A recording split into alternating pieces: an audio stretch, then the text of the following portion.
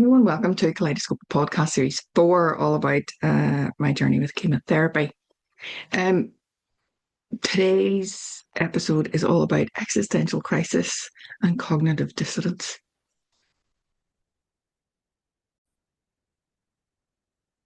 Um, as always, if this isn't right for you, just at the minute, for whatever reason, feel free to leave. And God willing, I'll see you in Series 5. Existential crisis is a period of deep, often overwhelming questioning about the meaning, purpose, and value of one's life, identity, and mortality. So, the existential crisis for me was way back in 2015, whenever I was having enough symptoms that I'd been to the out of hours doctor and he had said, don't let this go, keep pressing it. And I'd gone for bladder scans, and just before Christmas, on the night of one of my work's Christmas dues, the girls from work were all going out to a hotel down in Ballymena. I got a letter to for an appointment to see the gynecological oncology team, and that had me spiral, obviously. And of course, I don't think the appointment was till after Christmas. And that night, I was standing ironing my trousers to go out and debating whether I should go or not. Because I wasn't really in the mood. And my husband persuaded me to go. Still not sure that was the best idea in the world, but anyway, I did have a good time. Um, and then later, a friend of mine did do a fundraising Christmas hoolie, as she called it, every year. She doesn't do them anymore, which is very sad. I know, I loved them, but anyway, um, a night of just dancing. This one in 2015 was local enough to us that Stephen and I were able to walk home. And on the walk home, I was saying to him, one, about the birds in the Antrim Castle Gardens and how the lights were on all the time. That was disturbing nature and what that did to the cycles and circadian rhythms and so on and so forth of birds, as you do on your walk home of an evening. But I was also saying about if I went to this oncology appointment and it turned out to be cancer, which it did, um, would I do anything about it? Would I fight it? Would I? Because as far as I'm concerned, and this is only my belief, the biggest problem on earth are humans. We tarmac over things, we pollute the air, we pollute the rivers, our food is no longer safe, with the amount of pesticides and so it's not even safe for us, most of it. And so if we are the biggest problem on earth, should I not just take this and shuffle off this mortal coil? And that was huge for me. That and I debated that back and forwards, and still at times do get caught up in that. But if I believe we're the problem, should I not just resign myself to what's happening and let myself go? Part of the problem is I'm too damn nosy. I want to know what happens next. I want to see what my children and grandchildren get up to and what they do and who they become. And I debated that for quite some time, and I had a real difficult time with that one. And in the end, I had to come to the decision for myself, with help from counselors and so on and so forth, that I could be part of the solution rather than part of the problem. Now, I'm not really. I still drive a petrol car. I use oil heating, so I'm not that great. I've been recycling since the 80s. I was recycling before it was trendy. carrying bags of stuff because we didn't have. I'm complaining about the bins nowadays and how often they get emptied and don't get emptied and the way they're emptied and all the rest. I used to have to put everything in recyclable bags. It was then bags for life, big uh, cotton bags, and carry them down. And I didn't drive then, so I was taking the bus from my house down into town to recycle plastics and glass and paper. And then I had my bags to do my shopping to take it back home. So I've kind of been doing some of that stuff from the 1980s, and I've been worried about there since the 1980s. But I had to decide that life was worth living, and life was worth living in whatever way, shape, form that it is for me from then, from 2015. So yeah, I've seriously been doing this for 10 years. Um, the cognitive dissonance comes in, and that's where you're kind of holding two ideas at the same time. Yeah. And it's a bit of a mind meld where you're kind of going, one is more dominant at a time, and then another one's dominant, and then they kind of fight for. What you have to do is try and bring the two ideas closer together so that it's one idea in a way, and that can be difficult depending on what's causing the disruption, the dissonance. And so for me, the cognitive dissonance is I think our bodies are wonderful. I think they're miraculous. I think they can heal themselves given the right circumstances. And the right circumstances are clean water, fresh air, good, nutritious, good food is not moral, nutritious foods, as organic as we possibly can, but that's not easy, always. And depending on where you live, it can be more difficult. Um, Exercise, so on and so forth. Some of those things I find really difficult, particularly at the minute since September and since my health declined in September. Exercise is a problem. Walking is a problem. It's like just can't walk the lengths and the distances I used to. We do have water filters both in the kitchen and in the shower. We've got rid of a lot of toxic items and have done over 10 years. There's an app for the phone called Yucca, Yuki, pardon me, called Yucca, Yuki, that you can scan your prepared foods. Not like you can't scan a homemade piece of bread, but if you can buy it in a package and it's got a barcode on it, you can scan it, and your makeup, your deodorants, your household products, and say whether they're toxic enough to your endocrine system, your hormonal system. And I use it all the time. And from it, then we choose non-toxic or as non-toxic as possible soaps, shampoos, deodorants, all that kind of stuff. And even foods. And it's the rule of thumb now with the foods is if it's got like three ingredients that you would understand that could be in your store cupboard, like flour, eggs, yeast, that type of thing. I'm thinking of bread. Probably don't put eggs in bread. It's probably flour, water, and yeast. But if you can look at it and go, it's got those three ingredients and that's all it's got, then it's probably going to be okay for your endocrine. I'm not talking about people who have gluten-free or anything else, but for your endocrine system, it's going to be non-toxic.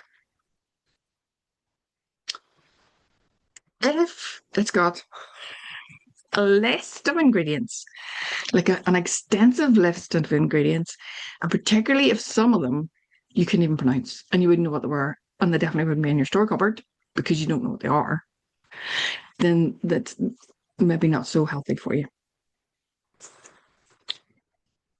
for your endocrine system. That's all I'm talking about. I'm not talking about anything else. I'm not talking about gluten or lactose or any of those things. I'm only talking about the endocrine system. And so there's maybe some things. So there would be some soya products that I would like, and you kind of you're balance with these two soya, which soya am I going to use? And you scan. So the soya milk I have is soya husk and water. That's it. So I don't need to scan that. I can tell by the ingredients.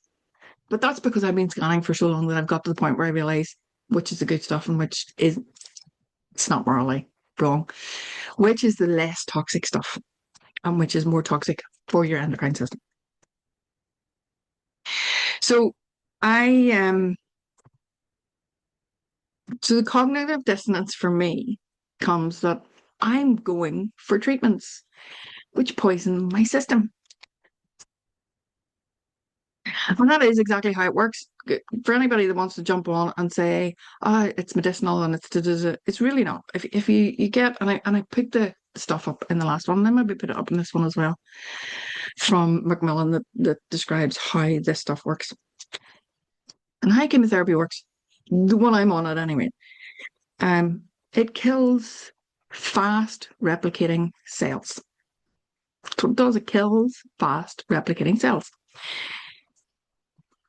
Well, that's not just your cancer cells. And we don't even know that it is my cancer cells because they're my personal ones, the ones that are in my body.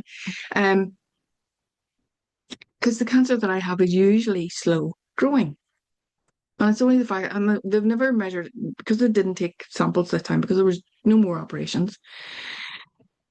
You're only gauging how fast it's growing by the speed at which the tumors are changing.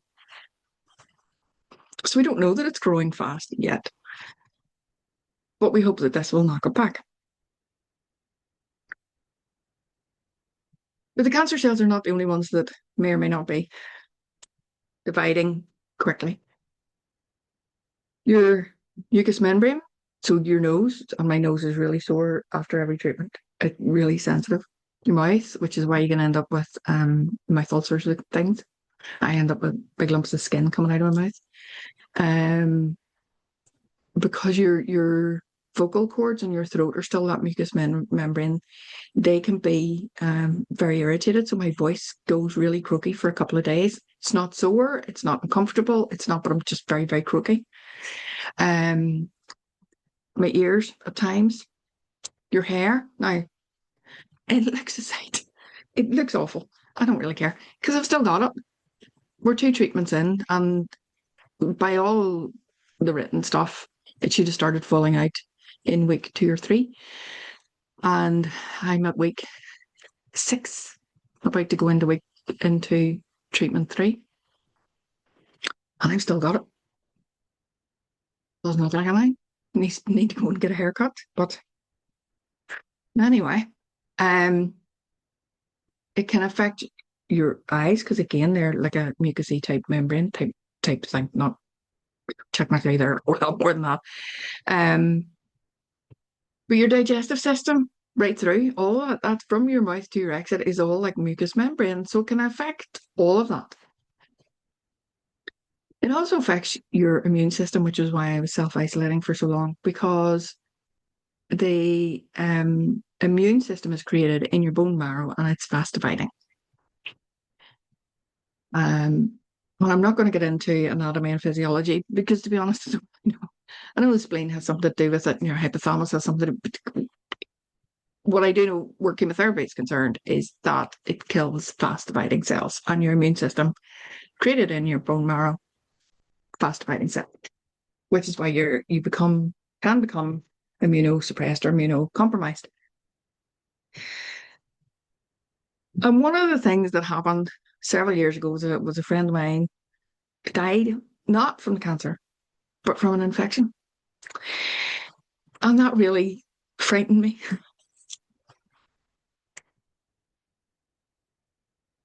And that's why I've been self-isolating. But it's not healthy. And it can go either way. I could, Stephen and Catherine are coming in and out of the house, and they're both work with the public and see public all the time, and are out living their lives and could bring it into the house at any point. But it was something that I needed to work through, that fear that it might not be the cancer that takes me out. It might be somebody brings flu into the house and that wipes me out. So kind of dealt with that fear. But the cognitive dissonance is still there in the fact that I believe, firmly believe, given the right certain circumstances, my body can heal itself because everybody has cancer. I know. Everybody has cancer cells. But what normally happens is a very healthy immune system will wipe it out. And it detects it and it takes it out. The problem arises when it no longer detects it for whatever reason because things are out of balance. And therefore something gets away. And in mine, because mine is a mutation on the FLOXL2 strand of the DNA. Don't ask. I've gone down so many rabbit holes with that and I still don't really understand it. And there's kind of no rhyme, no reason why that happens. There's no, but then there probably is. But because there's so few people that get granulosa cell tumor, the research isn't done on it to find out. And some of the research they're doing now, they're saying instead of surgery or chemotherapy, chemotherapy is recommended when surgery is no longer an option or it's growing fast for whatever reason. They also recommend hormone therapy. Hormone therapy is not a therapy as such. And even my oncologist said this. It kills the hormone in your body. And for me, that would be the estrogen. So there was only a weak link between my tumors and the estrogen. So I'm going, why on earth would I kill? I'm postmenopausal, so my estrogen is low anyway. And as females, we need estrogen for brain health, our joints, so on and so forth. Why would I kill what little estrogen I have and make myself ill when up until September time I wasn't ill. I wasn't displaying any symptoms except a little bit of tiredness. To me, it just wasn't worth it. And I know other people who absolutely we've this granulosa cell tumor sister survivors Facebook page that I'm on, and I know lots and lots and lots of people that are on it. For some, it's about the quality of life, the fact that they are experiencing symptoms. So to knock the symptoms back, they take the hormone therapy. And for others, it's about the length of life, trying to knock back the tumors as much as they can from misbehaving so they can stay here longer. That decision did not feel right for me. And I respect anybody for the decision they make for their lives because I'm not in their shoes. I'm not in their shoes. So deciding to go ahead with something that was going to effectively kill off my immune system, possibly give me neuropathy in my hands and feet and the extremities. And people, you might lose your hair. I really don't give a flying toot about my hair. I know that sounds awful, but I really don't. As you can tell, it's not like I get up and tweak it and tweeze it into place every morning. Um, it keeps my head warm. That's about, it's lovely when it sits right, all the rest, but it has a mind of its own. It never really sits right. So I was never worried about losing my hair. Very worried about losing my immune system. And ended up with neuropathy because I'm a touch typist. So if I lost the feeling in my fingers, would I still be able to type at the speed that I can type and get as much stuff done as I get done? And what long-term damage was I doing to internal organs and so on and so forth by taking a poison?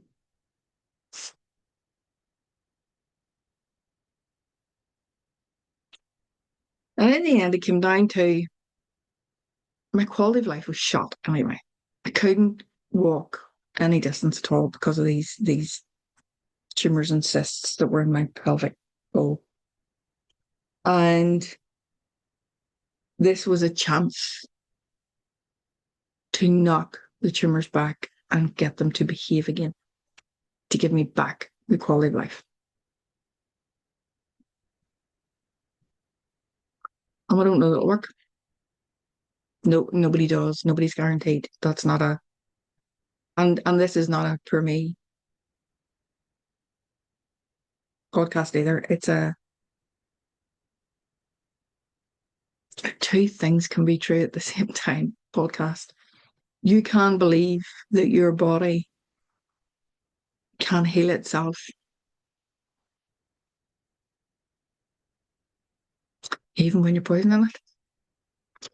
Because what I find is even when you're poisoning it and you get, and this is why you get, there's they call it, we call it the week of treatment because so much physically happens during that week. And then you get 2 weeks rest. And you get the 2 weeks rest to give your body a chance to get over treatment because they are quite severe. And different people, different protocols. Some people get stuff every day depending on what it is. There are different protocols and different types of chemotherapy for different types of cancer. I can only talk about mine. And mine is treatment once every 3 weeks. So you get 2 weeks rest to try and build yourself up again so your body can withstand the next. And that's why it's cumulative. So that not everything happens at once. So there's no guarantee I won't. My hair could still fall out at any point in the next cycle 3, 4, 5, or 6, next 4 cycles. I could still get neuropathy. I could still, you know. But there's also the hope. And hope is one of those strange things that can keep you going, but can also wreck you, completely wreck you, because you have hopes of seeing people's weddings or graduations or school plays or dance shows, going on holiday, all the normal stuff. And that can be really hard to have that hope and quietly in the background, your brain going, but you'll not be here to see it, type. And I don't give in to that very often. Sometimes I do. I'm the sort of person, if you follow me at all, you know, I tell you to sit in the emotion when I feel safe to do so. You have to be in a regulated place to sit in the emotion. And there are times when I have had to sit in the emotion and I have sat and absolutely bawled my eyes out. And other times I've sat with the emotion thinking I'm going to bawl my eyes out and I don't have what I would call a little bit of a grit. Where you play for just a couple of minutes and it's not even weeping and wailing. It's just a bit of a grace tears, as we would call them, the gentle greeting. And sometimes that surprises me that it's not bigger than that. I've still honoured it. I've given it the space to do. And it's that thing of the more you run away from the monster, the bigger the monster gets. So if you sit with it and allow yourself to cry with it, it's maybe not going to be as bad as you think it's going to be. And you think, I need time alone because I'm everybody out of the house to sit with this and just. And then it's not anywhere near as big as you thought it was, but you needed to let it out. And the reason emotions are energy in motion, it's meant to move through your body. It's not meant to get stuck. And it's not meant to choke you or whatever the emotion is for you. It is meant to move through your body and it's meant to teach you something. So sometimes it's teaching me how precious life is to me and how much I really want to stay around for a good bit longer, till I'm 86. And please don't ask me how I'm 86. I went up from 83 to 84 and now it's jumped from 84 to 86. No idea. And I suppose that's one of the cognitive dissonances as well, is that on the one hand, the medical team are saying, you have months and months. And me believing I have 336 months. I'm going to live till I'm 86. And so there's this clash of, and I'm going, but they can only go on like maths and statistics and probabilities. They don't really know me and my body the way I know me and my body. So there you go. That's the existential crisis, and that was a long time ago. I kind of dealt with that one way back when, because it's a case of what I am here, we are here, and hopefully we are part of the solution, not part of the problem.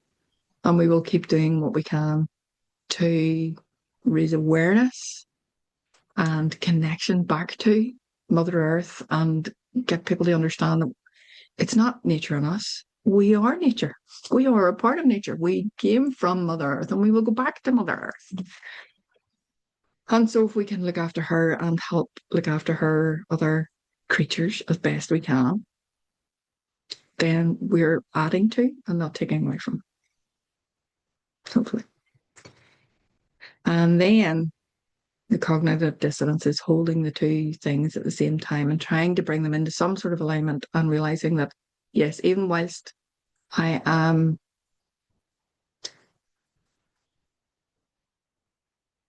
I'm trying to think how to put this, obviously. You see, one of the things that came up for me was targeted warfare on specific rogue cells. But I also have this thing that I'm not fighting a war. That fighting's exhausting and it's not pleasant. Why would you fight your own body? And again, I don't disrespect anybody else. If yours is a fight, and maybe yours is a fight for survival, maybe you're not fighting your own body. But for me, fighting never. I'm more of a lover and a dancer than a fighter. And so, even targeted warfare seems a bit difficult for me. I haven't really come up with something better yet. I will. I will come up with some sort of wording that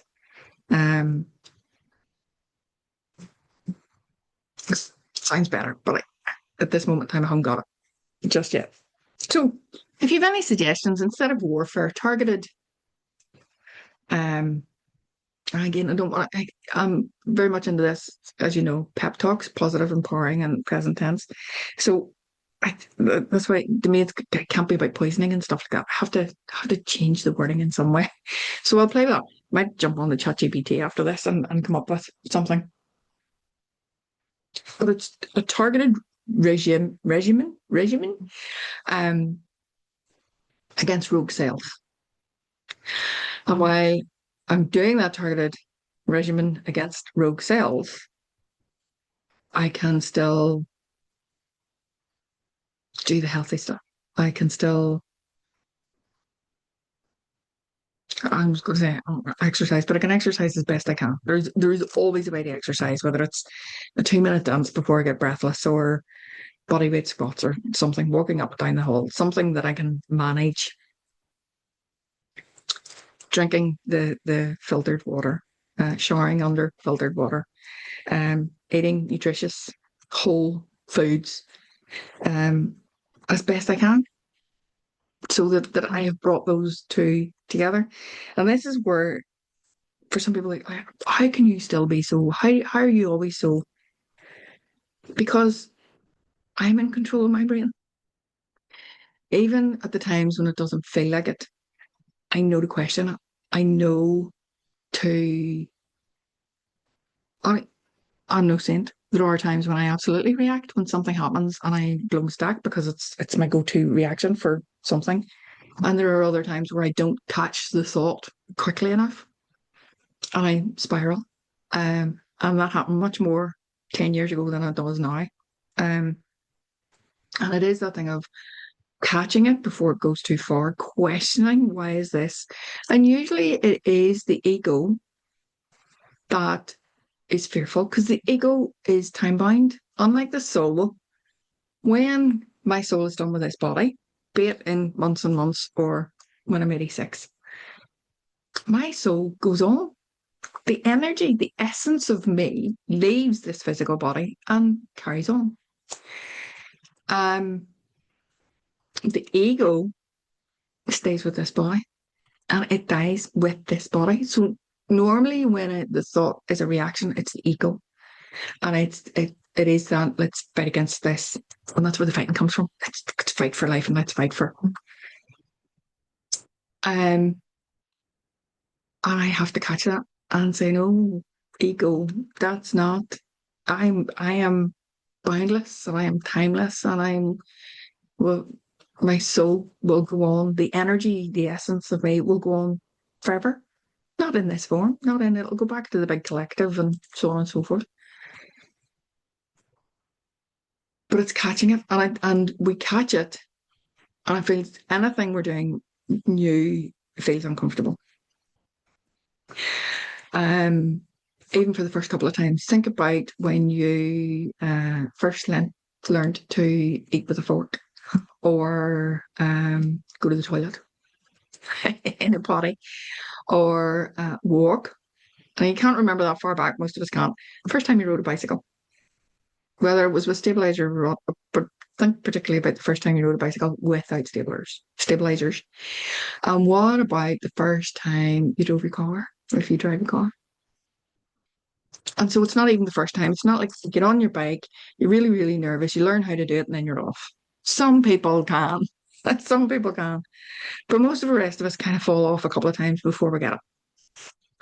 And even when if we come across something new, how to get up a curb or how to get down a curb or whatever, it feels a bit jarring and a bit uncomfortable until you get used to it, until you practice it so often that it becomes part of who you are.